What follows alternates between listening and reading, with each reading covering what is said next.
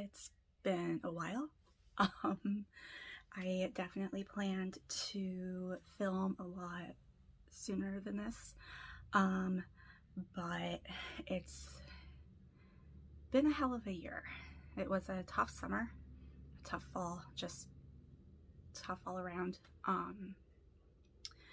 And every time that I went to go film, I would be like, oh, I'm not wearing any makeup, or oh, my room is a mess. And I didn't really have the energy to fix that, so I never filmed. But I realized recently that this is supposed to be what mental health really looks like, and this is what it looks like. It looks like not having the energy to get all pretty and not having the energy to clean. So I'm just not gonna let that keep me from filming anymore. So this is my face, and you're just gonna have to deal with it. I have had a lot going on. Just to give a little bit of an update, my husband and I separated at the beginning of the summer, and that has been really tough. It was mutual and it was amicable, so there's no like animosity or anything like that, but there's still a grieving process, and I've been trying to wade my way through that. It's really hard because both of us, when we got married, were kind of like, divorce is not an option. Both of us come from divorced families, and so it was very much like, we're in this for the long haul. We're not just gonna like give up at the first sign of conflict. But like, without going into too much detail, it got to a point where we both realized that we just weren't meant to be married to each other. It just was not the best for either of us. And there's conflicting feelings that go along with that. I've got the BPD back here screaming at me and saying like, look, we were right. And so I've been struggling with that. Definitely been dealing with depression for the past however many months, and having to do all that while dealing with the DID stuff. For those of you who didn't watch the video because it was like ridiculously long, I did discover that I have DID earlier this year. I don't think I ever got like officially diagnosed on paper by my psychologist, but I am medically recognized. And if you want to hear how that all went down, I'll post a link to that video. But that's been a struggle as well. A lot of disassociation, a lot of switching, a lot of it's really weird to know that you've had something for basically your entire life, but then like once you become aware of it, for some reason it now becomes difficult to manage. Like when I had no idea, obviously I wasn't managing fine, but like it wasn't something I thought about. It wasn't on my mind. I wasn't constantly questioning like, is it this or is it that? As far as the DID goes, sorry, I'm like not making a lot of sense right now, but essentially it's now that I'm conscious of it, I feel like I'm like hyper aware of everything that happens, and more aware of the fact that like I do lose time. Like there'll be periods or days that I don't remember, There'll be times where like I have a conversation with somebody and I'm like, I know I had that conversation. I don't know what was said. I don't know what I said. I don't know what you said. I know the conversation happened, couldn't tell you any details about it. And back before all of this, it would be like, oh, that's the ADHD. You know, that's because I'm so absent-minded. I've always described myself as, oh, I just have a really bad memory. Like ever since I was younger, I just have a really bad memory. And now I know that it's probably because I was dissociated at the time, and it may not have been me having the conversation. I am lucky in that our system, I don't want to say we have good communication because that's kind of hit or miss, but there's the amnesic barriers are not as strong, and so even if I'm not able to remember things, I'll still be able to like access information as needed, and so will the others. And so it makes it a lot easier to like mask, and I can pretend like, oh yeah, totally know what you're talking about. That was totally me that you were talking to that day, even if it wasn't. But really trying to deal with that and trying to navigate friendships with that, knowing who to tell, and then even with some of the friends that I do tell, I know that even though I've told them about it, I still have to mask in front of them because they're not necessarily comfortable with the information. And that's been really difficult. And in doing all of this, I'm also doing, you know, trauma therapy, with I've been working with him for probably, like 8 months now.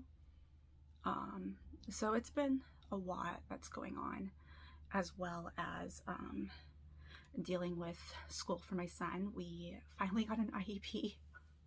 Thank God. Probably like the one good thing that came out this summer was getting that. So navigating that process and trying to work with the teacher and the counselors and everything with that. And it's hard because I feel like I'm failing everywhere because of my own mental health.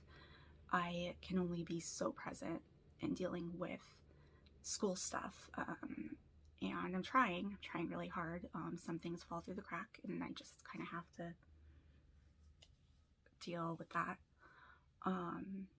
But yeah, that's kind of what's been going on. Things are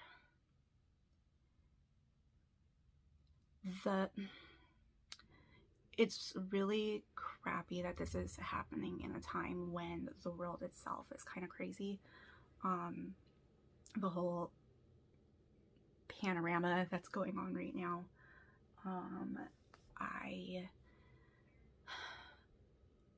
It makes it really hard to connect with people. And I am now working from home permanently. I now don't have a partner. So things get really lonely. And I had a friend that, you know, we were talking like a lot, and, you know, I'd be on the phone with them like several hours every day. And it really helped, but I think that I know that I can get like really clingy, especially if I don't have anything else to kind of help surround me with comfort or anything like that. And I think it got to the point where it was just too much. And I can recognize that and I can acknowledge that. It doesn't make it suck any less that like now I'm not able to talk to them as much.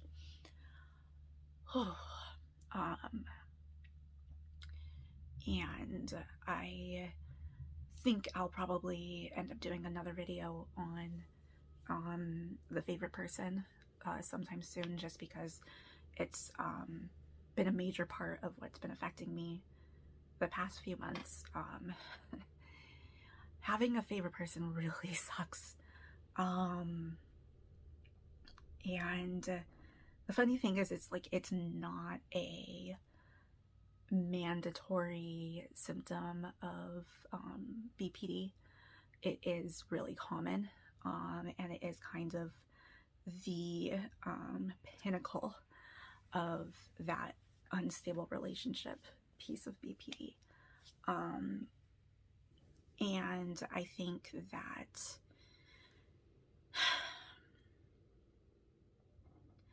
that social media has kind of started glamorizing it a little bit. And for some reason, ever since like Tumblr, I think is where it really started, where that whole like the emo lifestyle of just like being depressed and like trying to be depressed and wanting to stay in that depression, which I understand. There's a certain level of comfort with that, but that to the point where you make it your identity, and you make it everything about yourself, and you don't let anything else kind of get in. And so everything around you is black and gray and depressed, and I'm all alone. And it sucks, because I hate seeing that glamorized, because that is how I feel on a daily basis. And that whole favorite person thing, which got the whole yandere, if that's how you say it, that whole thing drives me absolutely crazy. Like, it's not cute, it's not healthy, it's toxic, and there's a lot of people who try to use it as an offshoot of BPD, and it's not. The whole yandere thing is a choice. What you feel with BPD isn't. I have to work really hard to not feel that way. I have to work really hard to not act on my impulses and act like an obsessive fatal attraction type character. It's not pretty, and I hate it, and I wish that I didn't have a favorite person. I wish that wasn't something that my brain did, because it hurts a lot. It's extremely painful. And I think that we are on our way to recovering from that.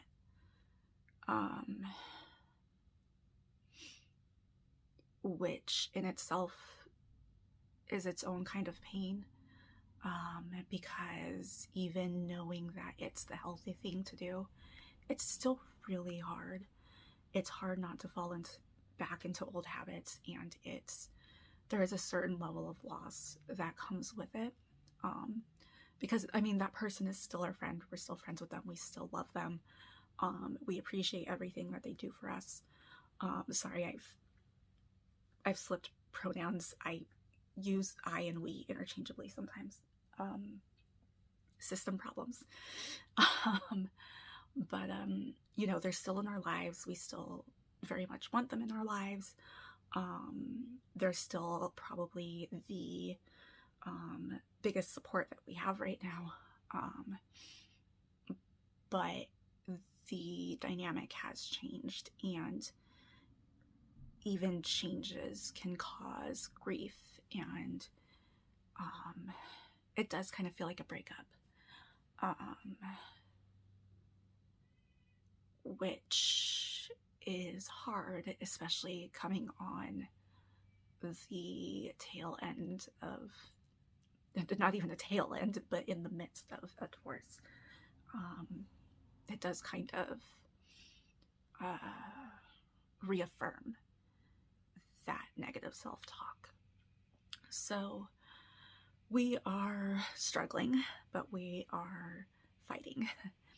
And we are trying to find ways to take care of ourselves instead of relying on other people to take care of us. We're trying to learn self-love, and trying to be there for each other now that we know about each other. And really trying to just work on ourselves and actually try to heal and get healthy. And it's hard. It's a dance. It's, 2 steps forward, 2 steps back, and some days are good and some days are bad. Some days we're tapping into our spirituality and, really connecting with nature and higher power. Some days we want to crawl into a hole and die.